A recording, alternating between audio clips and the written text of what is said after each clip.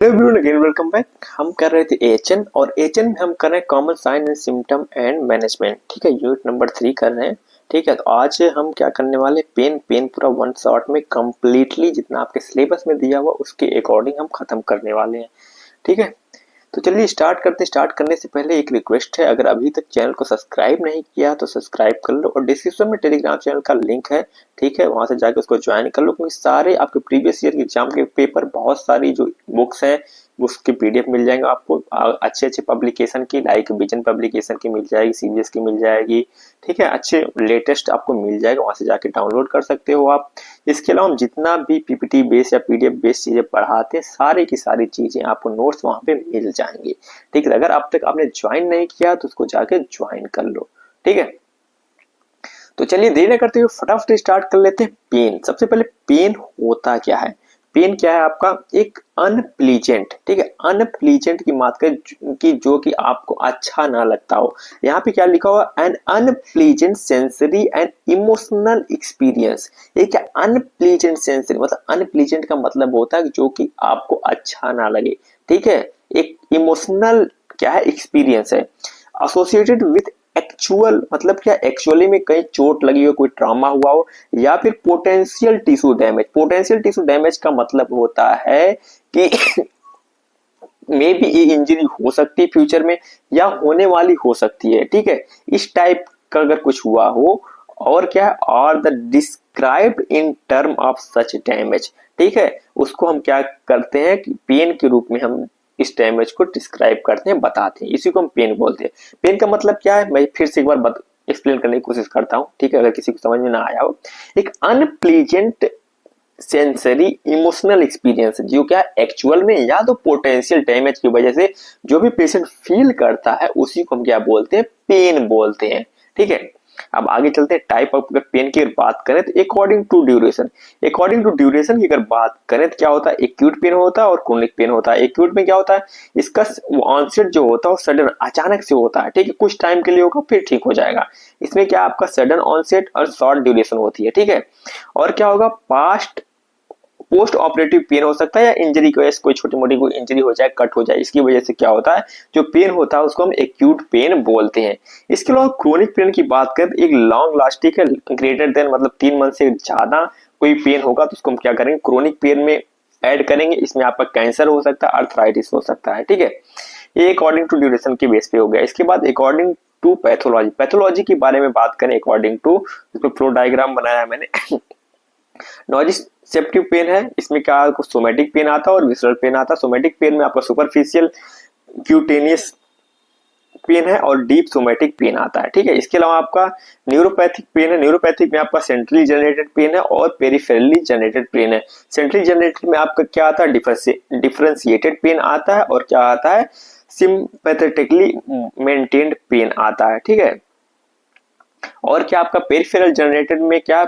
Painful polyneuropathy है, और painful क्या है? मोनोन्यूरोपैथी है। पॉली मतलब बहुत सारा और मोनो मतलब कोई एक सिंगल। ठीक है, तो सबसे पहले हम नॉजिसेप्टिव पेन के बारे में बात करेंगे। ठीक है, नॉजिसेप्टिव पेन के अगर बारे में बात करें तो इसमें क्या होता है? When pain occur due to damage of normal tissue, किसी नॉर्मल टिश्यू के डैमेज की वजह से अगर पेन हो रहा तो उसको हम क्या बोलते हैं? नॉजिसेप्टिव पेन बोलते हैं। ठीक है, इसी को क्या कहते हैं? नॉजिसेप्टिव पेन को। इसमें क्या आता है? सबसे पहले आपका सोमैटिक पेन आता है। सोमैटिक पेन क्या होता है? Somatic pain occurred due to the trauma और injury to skin, bone, joint, muscle and connective tissue में अगर क्या हो रहा है, अगर पेन हो रहा है तो उसको हम क्या बोलते हैं? सोमैटिक पेन बोलते हैं। ठीक है, इसके अलावा आपका दूसरा आपका विसरल पेन। अब विसरल का मतलब, विसरा मतलब क्या होता है? ऑर्गन्स होते हैं।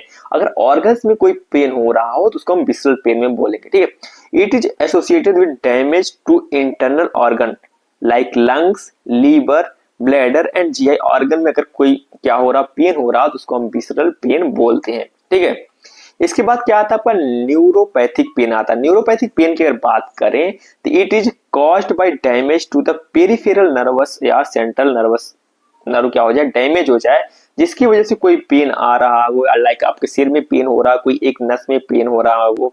ठीक है, या में ऐसा हो सकता है कि पेन रेडिएट कर रहा हो। ठीक है, क्योंकि नर्व डैमेज की वजह से, तो उसको हम क्या बोलते हैं? न्यूरोपैथिक पेन बोलते हैं। It is may be centrally हो सकता है, ठीक है, या फिर जनरेटेड और पेरिफेरल जनरेट हो सकता है। ठीक है, इसमें सबसे पहले क्या आता है आपका डिफरेंशिएटेड पेन। डिफरेंशिएटेड क्या होता है, it result from the damage to peripheral nerve या फिर स्पाइनल कॉर्ड या फिर brain pathway leading to the abnormal pain perception.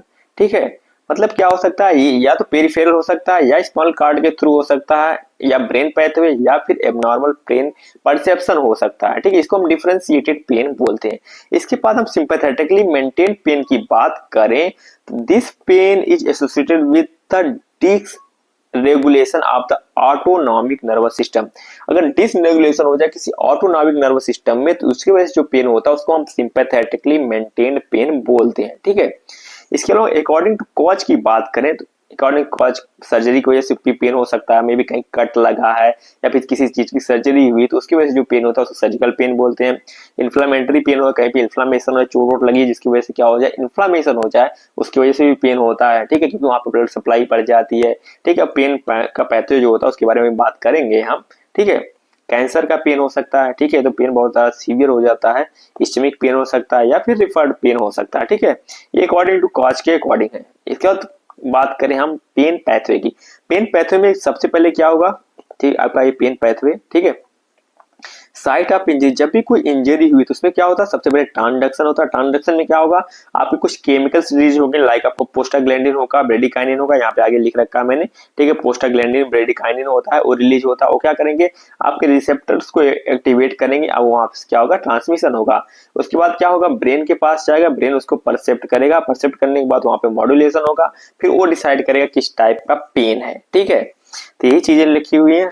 Transduction में क्या होता है, टिश्यू इंजरी रिलीज क्या होगा, केमिकल रिलीज होते हैं, प्रोस्टाग्लैंडिन और ब्रेडिकाइनिन। इसका ट्रांसमिशन क्या, ट्रांसमिशन पेन रिसेप्टर्स होते हैं जो क्या करते हैं, इंपल्स ट्रेवल करते हैं via A delta and C fibres to the spinal cord के थ्रू कहाँ जाएगा, ब्रेन में जाएगा।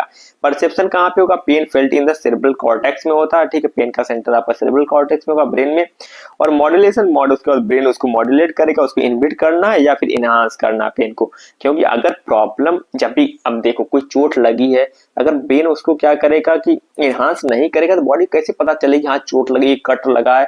अगर तुमको कट लगा लग जाए किसी वजह से और तुम देखो ना हो, तुम्हारा ब्रेन क्या करे, काम ही ना कर रहा हो, ठीक है, तुमको कैसे पता चलेगा, बहुत ज्यादा ब्लीडिंग हो जाएगी, तुम्हारी ऐसी डेथ्स हो जाएगी। ठीक है, इसलिए पेन क्या करता है, पेन ब्रेन क्या करता है, उसको बहुत ज्यादा या तो इनहांस करेगा या अगर जरूरत नहीं है छोटी मोटी चोट है तो उसको थोड़ी देर बाद इनहिबिट कर देता है। ठीक है, ये सिंपल सी चीज है। इसके कौन कौन से फैक्टर जो इन्फ्लुएंस करते हैं पेन को, इसके बारे में बात करें। सबसे पहले क्या है आपका डेवलपमेंटल फैक्टर। डेवलपमेंटल फैक्टर में क्या आता है, एज और सेक्स। ठीक है, मतलब बहुत ज्यादा एज के पर्सन है तो उसको क्या होगा, ज्यादा पेन होगा। और क्या होगा, सेक्स मतलब फीमेल्स में ज्यादा देखने को मिलता है। ठीक है, इन कंपेरिजन टू मेल। इसके अलावा फिर क्या है, फिजियोलॉजिकल फैक्टर भी हो सकते हैं, उसमें फटीग हो सकता है, न्यूरोलॉजिकल कोई प्रॉब्लम हो सकती है, न्यूरोलॉजिकल फंक्शन में कोई अगर प्रॉब्लम हो सकती है इसकी वजह से भी हो सकता है। इसके अलावा फिर सोशल फैक्टर की बात करें तो अटेंशन में भी बहुत सारे लोगों को अटेंशन चाहिए होती है। ठीक है, उसके लिए नाटक करते हैं, हाँ मुझे पेन हो रहा, पेन हो रहा है। ठीक है, इसके अलावा previous experience of the pain अगर हो सकता है कि मे बी कि कहीं वजह चोट लगी हो फिर वही चीजें सामने आ जाए तो उसको अपने आप फील होने लगे पेन, ये भी चीजें हो सकती है। इसके अलावा फैमिली या सोशल सपोर्ट भी हो सकता है। ठीक है, कई बार कई लोग नाटक करते हैं हाँ मुझे पेन हो रहा है बट ऐसा हो नहीं रहा होता है, तो बहुत सारी चीजें हैं इसमें। इसके अलावा क्या है, फिजियोलॉजिकल फैक्टर की बात करें, साइकोलॉजिकल फैक्टर है। ठीक है, साइकोलॉजिकल फिजियोलॉजिकल देख चुके हैं। साइकोलॉजिकल फैक्टर में आपका एंजाइटी की वजह से भी सिर द हेडेक हो सकता है। ठीक है, ये भी मीनिंग ऑफ द एक पेन है। कोपिंग स्टाइल, ठीक है, लोग अलग अलग कोप करने की स्टाइल होती है तो उसमें भी क्या होता है कि लोग, बहुत लोग अटेंशन चाहिए होता है लोगों को तो बहुत ज्यादा उस नाटक करने लगते हैं। ठीक है, तो ये सारी चीजें हैं इसमें। इसके बाद पेन असेसमेंट सबसे ज्यादा यहाँ पे इंपॉर्टेंट है। जब भी क्वेश्चन आएगा तो पेन असेसमेंट से आता है, वाइवा में भी क्वेश्चन पूछा जाता है तो कुछ स्केल्स हैं उसके बारे में पूछी जाती हैं कि पेन क्या होता है। ठीक है, सबसे पहले पेन असेसमेंट की बात करें तो core principle of the pain assessment में कुछ प्रिंसिपल्स है, इसको देख लेते हैं हम। सबसे पहले क्या है आपका, तो छोटा कर देता हूं, patient have right to appropriate assessment and management of the pain. मतलब पेशेंट के पास राइट है कि उसका अप्रोप्रिएट क्या हो, असेसमेंट हो, उसके अकॉर्डिंग उसको पेन लिए मैनेजमेंट मिले, मतलब। ठीक है, इसके अलावा क्या, पेन इज ऑलवेज सब्जेक्टिव। मतलब क्या होता है, जिस टाइप का वो फील करता है पेशेंट उसी टाइप का बताता है, ये सब्जेक्टिव है, ये ऑब्जेक्टिव आप ऑब्जर्व नहीं कर सकते उस चीज को। ठीक है, मतलब फेशियल एक्सप्रेशन से ऑब्जर्व कर सकते हो बट पेशेंट जिस टाइप का फील करता है उसी टाइप का बताता है हाँ मुझे ये चीज हो रही है। ठीक है, pain is unpleasant sensory emotional experience है, ठीक है। अनप्लीजेंट मैंने ये डिफिनेशन में बता दिया, मतलब कि हम नहीं चाहते, मतलब हमको जो पसंद ना हो उस टाइप का क्या सेंसरी इमोशनल एक्सपीरियंस है, ठीक है। Pain can exist without physical cause, pain मतलब एग्जिस्ट कर सकता है विदाउट फिजिकल कॉज, कि अब इंटरनल कोई प्रॉब्लम हो रही कहीं तो उसकी वजह से भी हो सकता है पेन, ठीक है। Patient with chronic pain may be more sensitive to pain, ठीक है, मतलब क्रोनिक पेन बहुत ज्यादा सेंसिटिव हो सकता है, ठीक है, कभी कभी।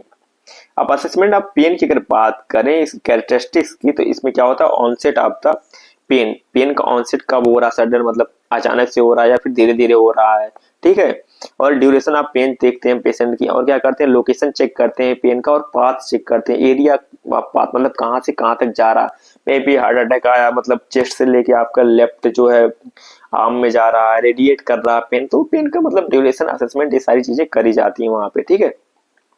और इंटेंसिटी देखी जाती है, मतलब कितने देर तक पेन रह रहा है, और मतलब किस टाइप का रह रहा है, कहीं मतलब चुभ रहा है या फिर पूरी बॉडी में पेन हो रहा है, तो इस सब चीजों को क्या करना होता है, देखना पड़ता है, ठीक है। इसके बाद हम क्या करें, जो मोस्ट इंपॉर्टेंट चीज है आपको हर जगह देखने को मिलेगी, बहुत बार पूछा जाता है एग्जाम में, different pain intensity scale are use to the severity of the pain, ठीक है। सबसे पहले आपका क्या आता है, verbal pain intensity scale, verbal pain में क्या पेशेंट खुद बताएगा, ठीक है। अगर नहीं पेन नहीं है, ठीक है, तो नो पेन, ठीक है, इस टाइप का होता है। माइल्ड पेन है, ठीक है, इसमें नंबर्स देते हैं जनरली हम, ठीक है। No pain, mild pain, moderate pain होगा, सीवियर पेन होगा, और वेरी सीवियर पेन होगा, और क्या वर्स्ट पॉसिबल पेन होगा, ठीक है। ये चीजें होती हैं, क्या वर्बली बोल के पेशेंट बताएगा हाँ मुझे ये चीजें हो रही हैं, ठीक है। अब इसमें ऐसे भी पेन नहीं हो रहा तो कहेगा नहीं पेन है, बहुत कहेगा थोड़ा पेन हो रहा, फिर ज्यादा हो रहा तो उसको मॉडरेट में लेके आएंगे, और बहुत ज्यादा सीवियर हो रहा तो सीवियर में, फिर बहुत ज्यादा अगर हो रहा तो उसको हम वेरी सीवियर में ले जाएंगे, और सह ही नहीं पा रहा है, एकदम उछल रहा कूद रहा रो रहा है, तो बहुत ज्यादा वर्स्ट हो जाएगा, ठीक है। इसके बाद क्या न्यूमेरिकल रेटिंग देते हैं, एक न्यूमेरिकल रेटिंग जो पेन स्केल हो 0 से 10 तक नंबर होता है, ठीक है। अगर नो पेन है तो इसमें 0 होता है, मॉडरेट पेन है तो इसको 5 देंगे, बाकी अगर थोड़ा सा माइल्ड है, ठीक है, तो उसमें हम यहाँ से 1 से 5 के बीच में जो भी नंबर दे सकते हैं दे देते हैं, ठीक है। इसके अलावा अगर वर्स्ट पेन बहुत ज्यादा उसको हम 10 नंबर देते हैं, बाकी सीवियर और वेरी सीवियर होता है जो इसके बीच का कोई भी नंबर हम दे सकते हैं, ठीक है। इसके अलावा जो विजुअल एनालॉग स्केल होती है VAS, बहुत ज्यादा पूछी जाती है, ठीक है। इसमें क्या फेशियल एक्सप्रेशन और नंबर दोनों चीजें होती हैं। अगर पेशेंट का मतलब ये फेशियल एक्सप्रेशन देख के पेशेंट को आप क्या कर सकते हैं, नंबर देते हैं। अगर नो पेन है तो पेशेंट क्या हंस रहा होगा, इस टाइप का होगा, ठीक है, उसको 0 नंबर देंगे। माइल्ड है, थोड़ा सा मुंह इस टाइप का टेढ़ा होगा, ठीक है, थोड़ा सा टेढ़ा, इसका देखो थोड़ा ज्यादा है, खुद से हंस रहा है, थोड़ा कम है, ठीक है, तो इसको 1 से 3 के बीच का नंबर देंगे। इसके बाद अगर मॉडरेट है तो इसका मुंह एकदम सीधा हो जाएगा ऐसे, ठीक है। अगर इसको हम 4 से 6 के बीच का नंबर देंगे, ठीक है। इसके बाद हम क्या सीवियर आ गया तो इसका मुंह ऐसे हो गया, ठीक है, मतलब रोने लगेगा आप। वेरी सीवियर में क्या हो जाएगा, इसकी एकदम से रोए जा रहा है, 7 to 9 के बीच का नंबर देंगे, और एकदम वर्स्ट है तो एकदम मुंह लाल लाल हो जाएगा, आंखों से आंसू निकल रहे हैं, ठीक है, इस टाइप का है तो हम 10 नंबर देंगे। इसके बाद सबसे ज्यादा जो पूछी जाती है आपकी scale Wong Baker pain rating scale होती है, ये पूछी जाती है, ठीक है, कई बार एग्जाम में भी पूछी जाती है। तो अगर 0 नंबर नो हर्ट कोई दिक्कत नहीं है तो 0 नंबर देंगे। हर्ट अगर मतलब थोड़ा सा है लिटिल बिट तो 2 नंबर देंगे। हर्ट लिटिल मोर अगर 4 नंबर देंगे। हर्ट इवन मोर है तो 6 नंबर देंगे। हर्ट फुल लॉट है तो उसको 8 नंबर देंगे, और हर्ट वर्स्ट बहुत ज्यादा हर्ट हो गया है तो 10 नंबर देंगे अगर रो रहा होगा तो, ठीक है। ये आपका वन ब्रेकर स्केल है, ठीक है। ये चीजें याद रखना है, ये स्केल आपके लिए बहुत ज्यादा इंपॉर्टेंट है, ये वाइवा में भी पूछी जाती है, ठीक है। तो ये मैं टेलीग्राम पे प्रोवाइड कर दूंगा पीपीटी, वहां से जाके देख सकते हो, ठीक है। बाकी आपकी बुक में भी मिल जाएगा, कहीं ना कहीं मिल जाएगा, या गूगल कर लेना, ठीक है।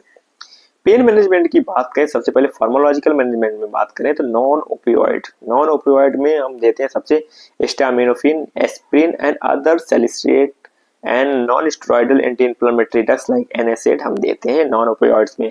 इसमें क्या आपका सैलिसिलेट में आती है आपकी एस्प्रिन आती है, एस्टामिनोफेन देते हैं, हाइब्रोब्रूफिन देते हैं, डाइक्लोफेनाक देते हैं, कीटोलैक देते हैं, या फिर इंडोमेथाइसिन देते हैं, ठीक है, नॉन ओपियोइड्स में है। अब इसके बाद हम ओपियोइड्स में देखेंगे। ओपियोइड्स की अगर बात करें, opioid act as analgesic and produce their effects by the binding to the receptor in the central nervous system. ये क्या करती है, जो रिसेप्टर होते हैं पेन रिसेप्टर वहां पे बाइंड कर जाती है, एज सडेटिव काम करने लगती है। ठीक है, तो इसमें सबसे पहले वीक ओपियोइड्स और स्ट्रॉन्ग ओपियोइड्स के बारे में बात करें। सबसे वीक ओपियोइड जो होती है आपकी कोडीन होती है, जो कफ सिरप में मिल जाती है, आपकी कोडीन मिलती है। हाइड्रोकोडीन होती है, और क्या होती है, डाईहाइड्रोकोडीन होती है, और क्या होता है, ट्रामाडोल होता है। ठीक है, ट्रामाडोल हमने पेशेंट को लगाया होगा। ठीक है, आर्थो डिपार्टमेंट में, जनरली आर्थो डिपार्टमेंट में ठुकाई होती है। इसके अलावा स्ट्रॉन्ग ओपियोइड्स की बात करें तो मॉर्फिन आएगा इसमें, जो कि आपको पता है टू लॉकर सिस्टम में मिलेगा आपको। ठीक है, हाइड्रोमॉर्फिन होगा, और क्या होगा, डाईमॉर्फिन होगा, और फेंटानाइल होगा, फेंटानाइल। ठीक है, फेंटानाइल आपको एनेस्थीसिया आईसीयू में मैक्सिमम यूज होता हुआ दिख जाएगा, फेंटा फेंटा बोलते हैं वहां पे। ठीक है, इसके अलावा हम एडजॉर्बेंट ड्रग्स देते हैं जो को एनाल्जेसिक्स होता है। इसमें क्या होता है, it is used with combination of opioid. इसमें हम कॉम्बिनेशन ऑफ ओपियोइड के साथ इसमें आती है ड्रग्स, इसका यूज करते हैं पेशेंट को। और ये नॉन ओपियोइड्स एनाल्जेसिक इन पेन मैनेजमेंट के लिए देते हैं। इसमें क्या होगा, आपका एंटी डिप्रेसेंट आएगा। इसमें क्या होगा, एमिप्रिन होगा, और क्या होगा, डेस्मिप्रिन होगा, और एंटी सीजर ड्रग होगा आपका कार्बामेजापाइन होगा, और गाबापेंटिन होगा, और इसके बाद मसल रिडक्शन देंगे, ब्लैक बैक्लोफेन देंगे। ठीक है, इसके अलावा कॉर्टिकोस्टेरॉइड में हम डेक्सामेथासोन देते हैं, और क्या होता है, पेडनिसोलोन देते हैं, मिथाइल पेडनिसोलोन देते हैं। ठीक, कॉर्टिकोस्टेरॉइड में जो एंटी इन्फ्लामेटरी होती हैं। इसके अलावा लोकल एनेस्थीसिया की अगर बात करें हम, तो it is used to the relieve pain by the interrupting transmission of the pain signals to the brain. These drugs can administered orally, parenterally, and topically. Used for the accurate pain resulting from the surgery या trauma के time में जो भी pen होता है उसको खत्म करने के लिए हम क्या करते हैं, एनेस्थेसिक लोकल एनेस्थीसिया देते हैं। इसमें क्या होता है, 5% लिडोकेन होता है। ठीक है, आपने देखा होगा जनरली जब भी ओटी में ड्यूटी लगी होती है तो कई बार लिडोकेन देते हुए देखा होगा, या फिर ईसीटी में ड्यूटी लगेगी तो वहां पे देख लेना। नॉन फार्माकोलॉजिकल मैनेजमेंट की अगर बात करें तो हम मसाज दे सकते हैं, पेशेंट को एक्सरसाइज करवा सकते हैं। ठीक है, छोटी मोटी पेन हो रहा तो उसके लिए होता है चीजें, लाइक बड़े बुजुर्ग होते हैं जिनको मतलब अर्थराइटिस हो जाता है या फिर घुटने में दर्द हो रहा तो उनको एक्सरसाइज के लिए बोलते हैं। हीट थेरेपी देते हैं। ठीक है, कोल्ड थेरेपी देते हैं, और क्या एक्यूपंचर, एक्यूपंचर जो आपने देखा होगा लाइक चाइना या जापान में शायद यूज होता है, जो बहुत ज्यादा शार्प निडल होती है उसको चुभा के देते हैं। ठीक है, उससे acupuncture transmissions electrical nerve stimulation होता है। ठीक है, आप छोटी सी मशीन देखे होंगे, 2 तार लगा देते हैं, उसके बाद कुछ वोल्टेज की क्या करते हैं, इलेक्ट्रिसिटी प्रोवाइड करते हैं, उसमें हल्का हल्का सा वो स्टिमुलेट करता है, उससे पेन क्या होता है, रिलीफ होता है। ठीक है, इसके अलावा क्या होता है, percutaneous electrical nerve stimulation same like इसी टाइप का होता है, 2 पैचेज होते हैं, उसको लगा देते हैं इधर इधर।